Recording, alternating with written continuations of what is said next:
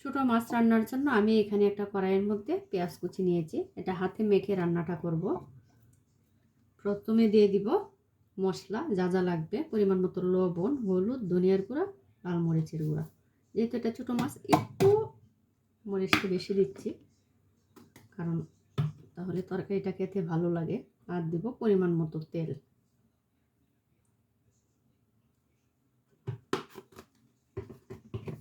এখন ভালো করে মশলাটা মেখে নেব।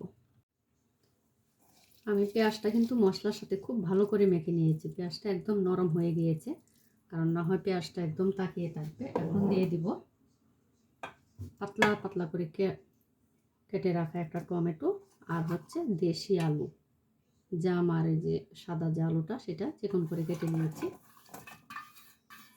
এভাবে বাসায় আপনারাও একবার রান্না করে খেয়ে দেখবেন। যে কোনো ছোটো মাছ, তাজা মাছ নেবেন।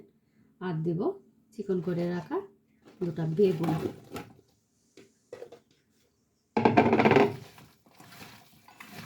ছোটো মাছ এভাবে রান্না করলে অনেক মজা হয়।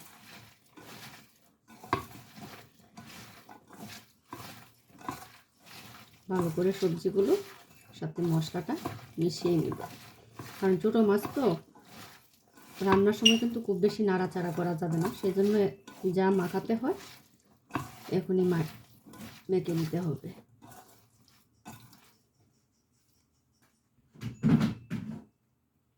এখন দিয়ে দিব মাছটা কিন্তু আমি ভালো করে লবণ দিয়ে একদম পরিষ্কার করে নিয়েছি।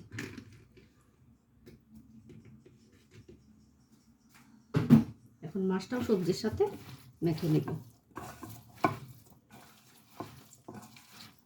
আমি আপনাদেরকে সবসময় সাধারণ যে খাবারগুলো সেগুলোই রান্না করে দেখানোর চেষ্টা করি, কারণ এই খাবারগুলো কিন্তু আমরা যারা বাঙালি প্রায় প্রতিদিনই আমরা খাই। ছোটো মাছ, বড় মাছ, আর মাংস, পোলাও, এগুলো তো আমরা মেহমান আসলে করি, আর না হয় এমনি বাসায় একদিন সপ্তাহে করি। তবে এই খাবারগুলো তো প্রতিদিনের খাদ্য তালিকায় আমাদের থাকে।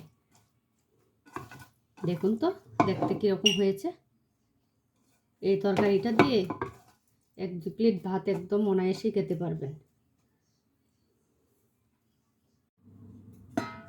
এখন অল্প করে একটু পানি দিয়ে দিব। এটাতে কিন্তু খুব বেশি পানি দেওয়া যাবে না, তবে এতটুকু দিতে হবে যাতে আলু, বেগুন সুন্দরভাবে সিদ্ধ হয়ে যায়।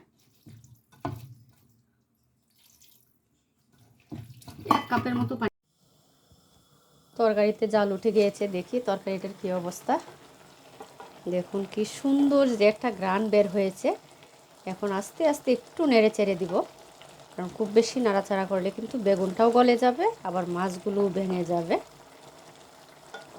একদম সহজ একটা রান্না, তবে এই তরকারি দিয়ে একদম মজা করে ভাত খাওয়া যায়। এখন আর একটু ঝোলটা কমিয়ে নিব।